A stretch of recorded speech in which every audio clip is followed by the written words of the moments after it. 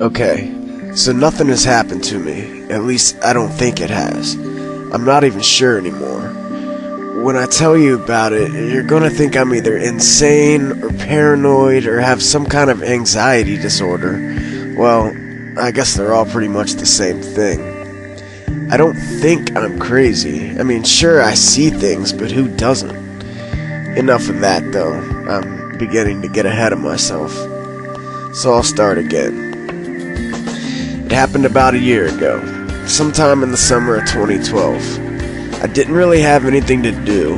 My girlfriend had just broken up with me, so I didn't feel like seeing the few friends I did have. I was just sort of there, alone, tired, and not really feeling anything. To pass the time, I'd often log onto my computer and do the usual. I would watch porn, browse eBay, scroll aimlessly on social networking sites, looking at everyone's bullshit statuses and laughing at them. It happened on a day like this, just a normal day for me. Scrolling up and down, laughing at others. It was on this day that I saw someone had posted a link. It wasn't some dodgy website or from someone I didn't know.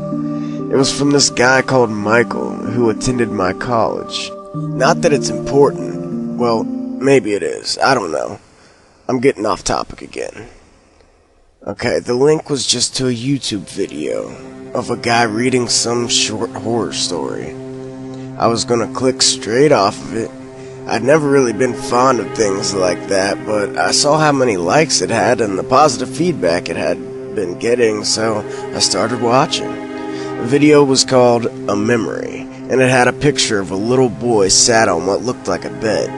The background was very low-key, dark, and I thought I saw outlines within the darkness. I don't know exactly what they were, but I felt uneasy looking at them.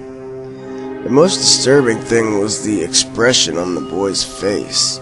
He was permanently smiling. I say permanently because from what I could see, his smile was carved into his face.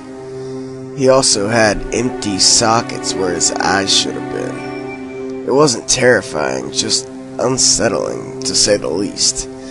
The narrator of the video began to speak. His voice was kind of, I don't know how to put this, but I guess you could say it was unnerving yet comforting at the same time. Perhaps I should have stopped there. Of course, my curiosity and boredom got the better of me. The story was okay, nothing outstanding, yet still pretty creepy. If I had just stumbled upon this and read it for myself, I doubt I would have ended up in the condition I am in now. It was due to the atmosphere the narrator had created. His voice, accompanied by that unsettling picture, along with the music playing in the background. I forgot to mention the music. This really drew me in.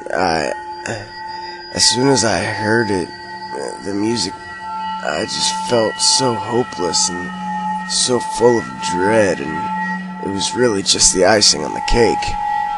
It was all just perfect. It was disturbing. Then I saw he had other videos, so I began watching them one after another, listening to his every word, and every time the same feeling would just flow through me. Maybe it was due to boredom, curiosity, or because of how I'd been feeling lately. I don't really know, but the videos, listening to them, and experiencing them within my head, it just gave me a sort of rush, you know? It's safe to say I was starting to become addicted. Now, some people might find this funny, but the videos became a substitute for porn. Before, I would often find myself jerking one out every time I logged onto my computer. Now I would always end up watching one of the narrator's videos instead. When the summer was over and I had returned to college, I began neglecting my work and my attendance dropped significantly, almost to the point of being suspended. My friends at that point, they were strangers to me, you know? I hadn't spoken to them in weeks, and I just didn't feel like it. I didn't feel like doing my work, going out, or even flirting with girls. I just didn't care. At least I still had the narrator in his videos. My addiction grew to the point that I would dream about the characters within the stories. The monsters became real to me. They were in my mind. In the dreams, I would often find myself being stalked by a tall figure in the woods, or I'd see a pale man at the end of my bed, or I don't even know. The whole portion of my memory is just a blur, and the dreams have all merged together into just one horrifying nightmare. All I know is I couldn't stop watching them. They terrified me, but I had to listen. I had to sustain whatever was making me need these videos. Whatever was making me need to listen, I had to obey it. A few months after that, I was expelled from my college due to extremely poor attendance and neglect of work, accompanied by aggressive and disrespectful behavior. Who could blame them, right? Well, I could. I could blame someone. The fucking narrator. That's what I told my teachers. I told them it was his fault. Fearing something was wrong with me, the college sent for a doctor. I ended up being recommended to a therapist, and at least I think it was a therapist anyway. My mind isn't too clear right now, but I don't think he helped that much. In fact, I think he made it worse. He made me tell him about the stories. I told him all about the narrator, and I even showed him the YouTube channel with the videos on it. He told me what I already knew. They were just stories, just images with music and a narrator. Of course I knew that. I still know that to this day. Not once have I ever doubted that they're just stories. I mean, stories are just fiction. They're not real, and you can't make something real by thinking that it is. Can you? Could it be possible that my fucked up mind made these monsters real?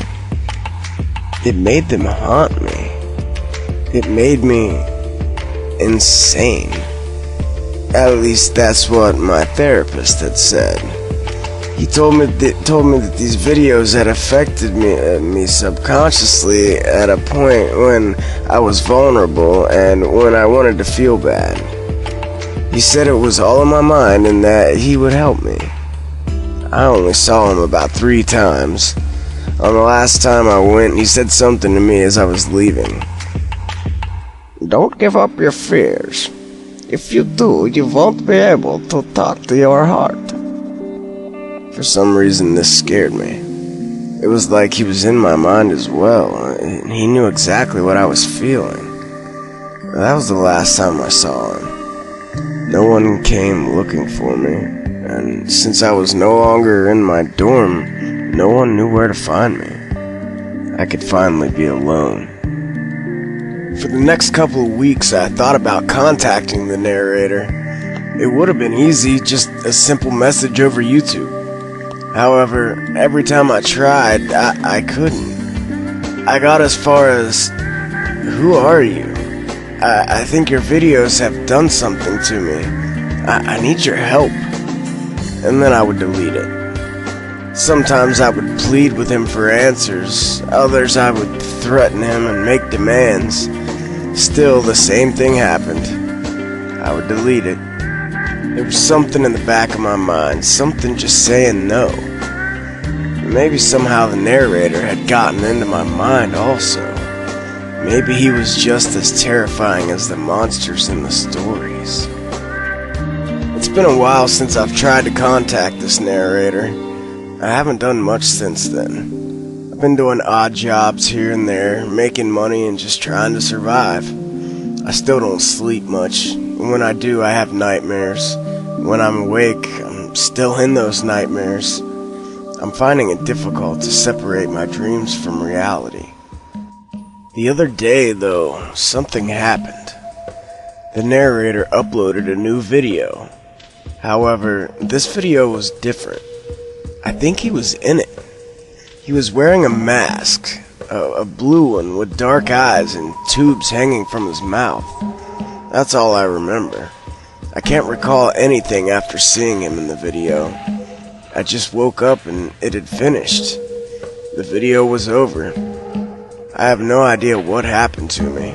I probably passed out, but that's never happened to me before. And I never sleep, but I've never passed out due to lack of it. That mask stuck with me, though.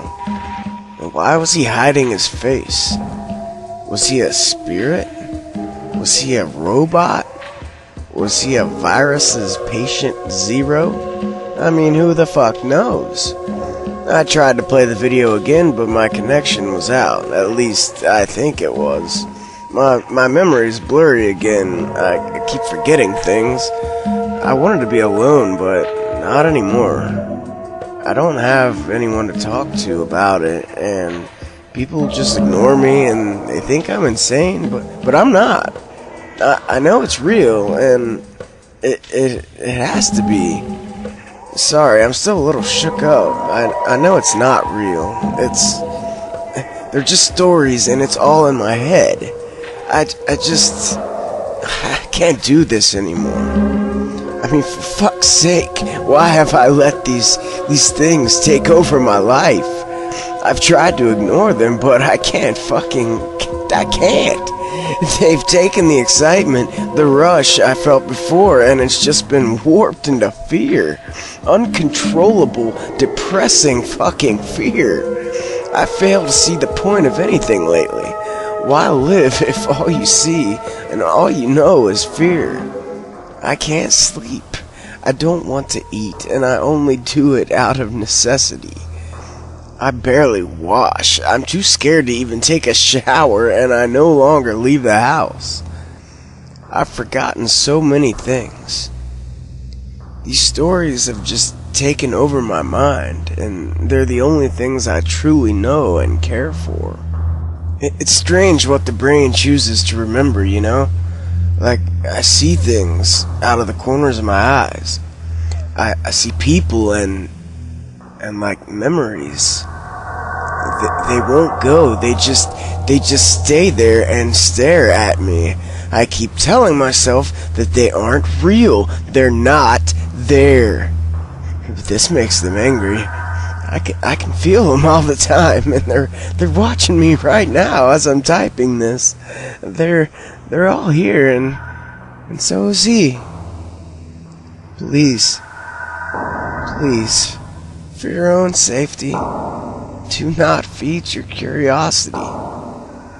At least, not as much as I have. I've lost everything because of him. Just live your life.